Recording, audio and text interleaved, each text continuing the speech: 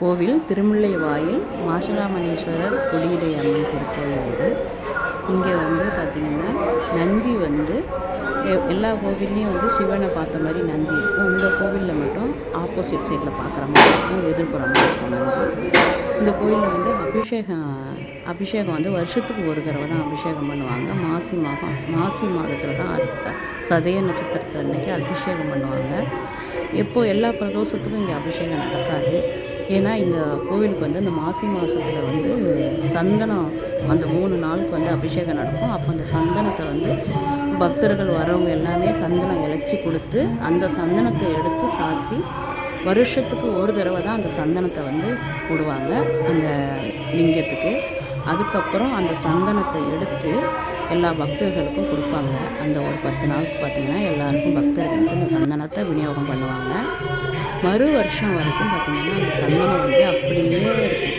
அந்த கோவிலில் அந்த லிங்கத்தில் பார்த்திங்கன்னா அப்படி இருக்கும். அப்படி தான் நம்ம தரிசிக்க முடியும். எல்லா கோவிலில் உள்ள மாதிரி எல்லா பிரதோஷத்துக்கும் அபிஷேகம் அந்த மாதிரி கிடையாது இந்த கோவிலில். அந்த சந்தன காப்பு மட்டும்தான் இங்கே. அதுக்கப்புறம் பார்த்திங்கன்னா இங்கே ஒவ்வொரு பிரதோஷத்துக்கும் பார்த்திங்கன்னா இந்த கோவிலில் ஒரு பிரதோஷத்துக்கும் பார்த்திங்கன்னா எல்லாம் அந்த தீபம் மட்டும்தான் ஏற்றுவாங்க.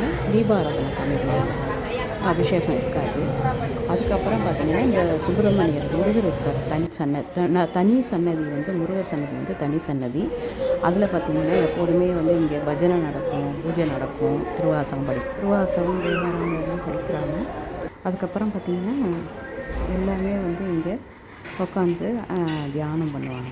ஏன்னா கோவில் நல்ல பெரிய கோயில், ரொம்ப அமைதியாக இருக்கும், சுத்தமாக இருக்கும், ஒரு மன நிம்மதியாக இருக்கும். இந்த கோயிலுக்கு வந்தாவே மன நிம்மதியாக இருக்கும். கோயில் பக்கத்துலேயே குளம் இருக்குது. அந்த குளம் நல்ல பெரிய குளம். அது தெப்பம் நடக்கும், தெப்ப உற்சவம் நடக்கும். அப்புறம் பஜனை எல்லாம்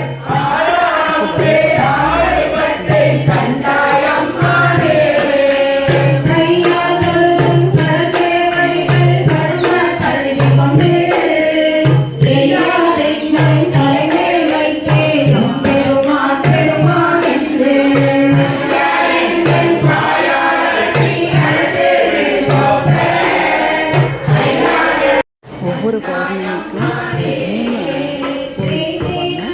வடிவுடையம்மன், திருவொற்றியூர் வடிவுடையம்மன், இஞ்சூர் பக்கத்தில் திருவுடையம்மன்,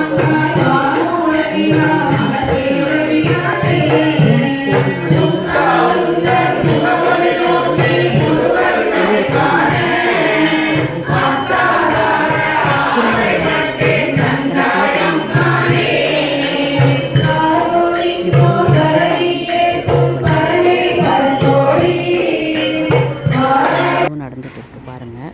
கோயிலோட வெளிப்பக்கம் இது அந்த மண்டபம்.